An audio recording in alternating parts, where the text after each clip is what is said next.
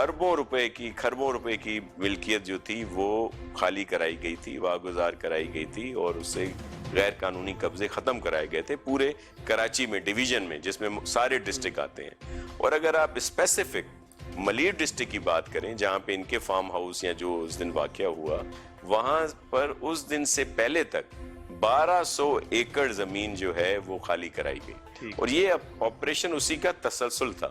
اب آپریشن ہو رہا ہے, شروع میں کسی نے پوچھا, ہم نے کہا وہی نارمل آپریشن ہے. پھر کچھ دیر کے بعد علیم عادل صاحب سیخ پا ہوئے, میڈیا پہ آئے, سوشل میڈیا پہ آئے, جو باتیں کی, پھر یہ وہاں پہ پہنچ گئے, اور پھر وہ جو سیکیورٹی ان کو دی گئی تھی, جو آ رہا ہے کہ جی سیکیورٹی واپس لے لی گئی, وہ جو موبائلز ان کے پاس تھیں ان موبائل کے ساتھ وہاں پہ پہنچے, اور وہاں پہ پہنچ کر انہوں نے وہ جو عملہ تھا ریونیو کا, اینٹی انکروچمنٹ کا, دیگر, ان پر ظاہر ہے آپ نے دیکھا حملہ ہوا, ان پر تشدد ہوا, وہ جو گاڑیاں تھیں ان کو نقصان پہنچا. پھر انہوں نے روڈ بلاک کیا, ہائی وے, سپر ہائی وے بلاک, موٹر وے جس کو کہہ لیں, وہ موٹر وے جو ہے, جس کو آپ موٹر وے نہیں مانتے لیکن لیکن وہ جو ہائی وے تو ہے نا, ہائی وے, ہم تو ابھی بھی اس کو ہائی وے کہتے ہیں. مجھے آپ کے بیانات یاد ہے جب یہ موٹر وے بنا تھا, آپ نے کہا موٹر وے تو نہیں, ہمارے ساتھ خود بھی اس پر سفر کر لیں, بالکل بالکل, بتائیں کہ وہ موٹر وے ہے یا نہیں ہے. وہ ایک بڑا چلے جائیں سکھر سے ملتان چلے جائیں, واضح فرق ہے. تو میں یہ کہہ رہا ہوں کہ اس وجہ سے وہ, اچھا وہ جو آپ